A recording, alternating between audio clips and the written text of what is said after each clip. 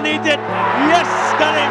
সিলেট স্ট্রাইকারের বিপক্ষে অবিশ্বাস্যভাবে জয়লাভ করার পরে যেন আরও ফরচুন বরিশালে ব্যাটিং লাইন শক্তিশালী করতে এবার যেন ডেভিড মিলারের মতো হার্ড হিটার ব্যাটসম্যানকে উড়িয়ে নিয়ে আসতে ব্যস্ত হয়ে পড়েছেন ফরচুন বরিশালে বড় ক্যাপ্টেন তামিম ইকবাল। আর সেটা দেখার পরে যেন রীতিমতো অবাক হয়েছেন ঢাকার সুপারস্টার তারকা শাকিব খান। হ্যাঁ দর্শক, বিস্তারিত জানুন পুরো ভিডিও জুড়ে।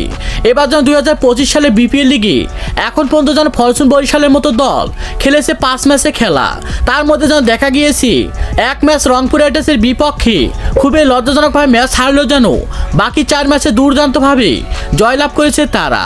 আর জয়লাভ করার পরে যেন আরও ফরচুন বরিশালে ব্যাটিং লাইন শক্তিশালী করতে হার্ড হিটার ব্যাটসম্যান ডেভিড মিলারকে উড়িয়ে নিয়ে আসতে ব্যস্ত হয়ে পড়েছেন ফরচুন বরিশালে বড় ক্যাপ্টেন তামিম ইকবাল।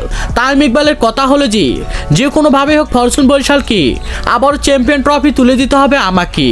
আর তাই আমি একের পর এক বিদেশি তারকা এমনকি ডেভিড মিলারের মতো হার্ড হিটার ব্যাটসম্যানকে আবারও ফেরাবো আমার দলে। গতবার বিপিএল লিগে দেখা গিয়েছিল অগ্নিঝরা ব্যাটিং পারফরমেন্স আর একের পর এক 4 ছক্কা মেরে আমার দলকে অবিশ্বাস্যভাবে জয়লাভ করা ছিল এই ডেভিড মিলারের মতো হার্ড হিটার ব্যাটসম্যান। আর তাই আমি টাকার পরোয়া না করে এমন ব্যাটসম্যানকে উড়িয়ে নিয়ে আসতে ব্যস্ত হয়ে পড়েছি আমি। আর তামিম ইকবালের মুখে এমন কথা শুনে রীতিমতো অবাক হয়েছেন হাজারো কোটি ক্রিকেট ভক্ত সমর্থকরা। তো দর্শক, পারবে কি ফরচুন বরিশালে বড় ক্যাপ্টেন তামিম ইকবাল একের পর এক বিদেশি তারকা দলে ফিরিয়ে আবারও ফরচুন বরিশালকে চ্যাম্পিয়ন ট্রফি তুলে দিতে? সে বিষয়ে আপনাদের গুরুত্বপূর্ণ মতামত জানাবেন আমাদের ভিডিওর কমেন্ট বক্সে।